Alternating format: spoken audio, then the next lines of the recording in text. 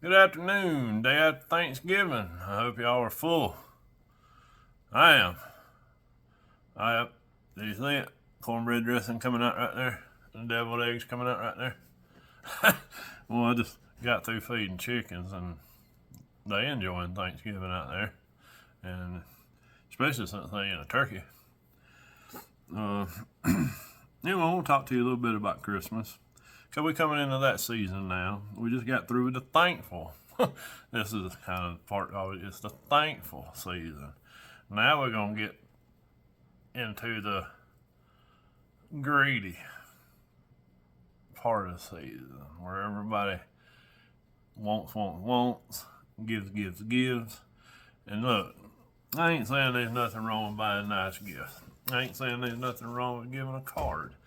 You'll never hear me say nothing like that. But I do think that society today has got into the habit of overspending for Christmas, and they lost sight of what the actual meaning of Christmas is, what it's here for. And that's the sad part about it. People have lost sight of Christmas is about celebration of the greatest gift that we could ever receive, and that was God's Son. That's the ultimate gift. But we get into this out giving people. Well, what you gonna get? I'm just gonna say for example, because I don't go through this. What you gonna get, Dad? I'm gonna get him a flannel shirt and a pair of pants. Just say that for it. Okay. What you gonna get? Oh, I don't know. Then they run out and they get him 3 pair of pants, 3 flannel shirts, a ball glove, and a jacket. They just want to make sure that they outspent the next person, and that's a little ridiculous in my opinion. But I think it's a good idea, and if you can afford to go out and buy anything you want to, that's fine, and I'm not against that. If you can't afford nothing, don't go out and get in the credit card debt, and don't worry about what you get somebody. If you don't get them nothing, I mean, that's fine. Send them a card, phone call, text, whatnot. All that's fine. I just think that we get into this season here and it's all about who can outspend who. And if you go around and look at the stores now, I went down to my dad's this morning, visited him, and then took a ride over to Pelzer, bought 500 pounds of chicken feed, and then come back up Travel's Rest. Well, I passed these stores. Let me get this right quick. I also passed these restaurants. These restaurants, people standing out there waiting. You just fed yesterday. You grazed all day yesterday. And you sat there and you grazed all day long. You can't even button your britches, but you're sitting over at McDonald's eating a Big Mac and a large fry and a sweet tea. And then you're going back over, going over here in a store. And you're going to shop. And then you're about to starve to death on the way home, so you're going to get a double cheeseburger and another french fry to hold you over the 32-minute ride to the house to cook dinner. And you probably got leftovers in the refrigerator like we do, but that was just a joke there. I think it's kind of funny. I always tease my sister-in-law when we go on them cruise ships about her grazing all the time, but anyway, it's kind of funny. It's aggravating. But anyway, overspending. Let's get back to that. The Bible speaks a lot about spending money. And like Proverbs 21:20, I believe that's right now, 21:20. There is desirable treasure and oil in the dwelling of the wise, but a foolish man squanders it.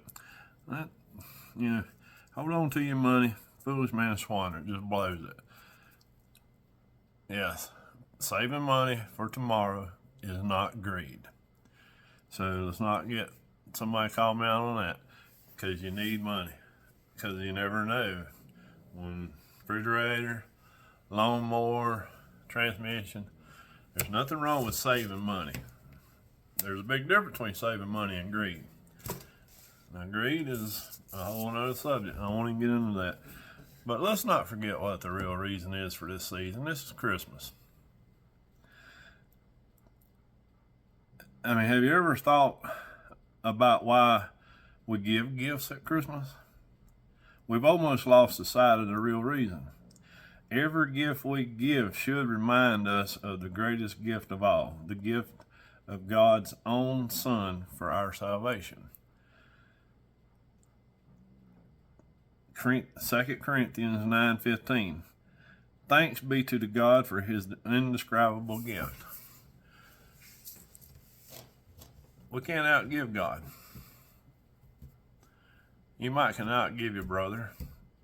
You might can outgive your friend. Set you a price limit. And I'm not telling you what to do. I'm just saying it's a good idea. Cause some people simply go out and buy it and they really can't afford it. And then they put themselves in a bind. I know some people that are probably still paying on last year's credit card that they bought Christmas last year. They shouldn't have been doing that. There's no sense in putting yourself in a bind to try to make somebody happy, if that makes sense. Because, see, it's not about how much you can spend. It's not about how fancy you can dress around the family Christmas table. It's all about our Savior. So, over the next, what is the date? I don't even know what the date is. I can't see nothing either. But anyway, it's 25 days in December. Naught versus naught. What is the date? Somebody tell me. Can you tell me? 27th? I don't know. Is it 27th? No, it ain't. It's the 24th. November 24th. I had to think back. All right, so we got 7 more days here. 25, that's 32. So we got 32 days to get through this. Pace yourself. Enjoy your holidays. And no, I'm not on here trying to pull Dave Ramsey. I'm trying to tell you how to spend your money. I'll never do that. I'm just kind of putting a reminder out there. Don't lose sight of what the real reason is for Christmas. The real reason is to celebrate the birth of our Savior. And that should be all that really matters. It's all about who's around the tree and not what's under the tree. I've seen that meme on Facebook many times. That's a good one. Prayers to y'all that are be missing loved ones at this time of year. 'Cause I do know it's tough firsthand. It is very tough to be lost a loved one, especially close to the holiday. It's tough at no matter what time of year. But y'all have a blessed day and spend wisely. And if you need my Christmas list and you got a lot of money and you want to spend some stuff, message me. I'll give you my phone number and I'll give you my list, okay? I don't mind throwing my list out there if you got, spare funds and you want to buy me something. Come see the Fat Man. He'll be giving having cookies with Santa December the 9th, 1 to 4 at Waycross Baptist Church. I'm pretty sure that'll be in the fellowship building. And then on December 16th, he is at Cooper Jones Furniture, 1 Bessie Road, Piedmont. He'll be there from 1 to 4. And I think he might be giving out a toy or two then. Let's see. The rest of my events are private, so anyway, I got those 2 are public. I'm sorry, Santa does. Don't forget to be in prayer for Youth Day, February the 3rd. We'll have a couple of speakers, have pastor, gonna have some food, music. We're gonna have a good time. I ain't really concrete on all the details yet. It's something that I've just started working on, but it's Youth Day. Keep that in your mind, in your prayers. February 3rd, it's going to be at Waycross Baptist. It depends on what and all I get going on. It may be in the gymnasium, may be in the sanctuary, not real sure. But keep that in your prayer. Keep me in your prayer. And I'm gonna pray for y'all. Y'all have a wonderful holiday season. And if you get offended very easy, I'm just gonna put this out there. Merry Christmas. I say it to everybody, no matter what you say. God bless y'all and peace.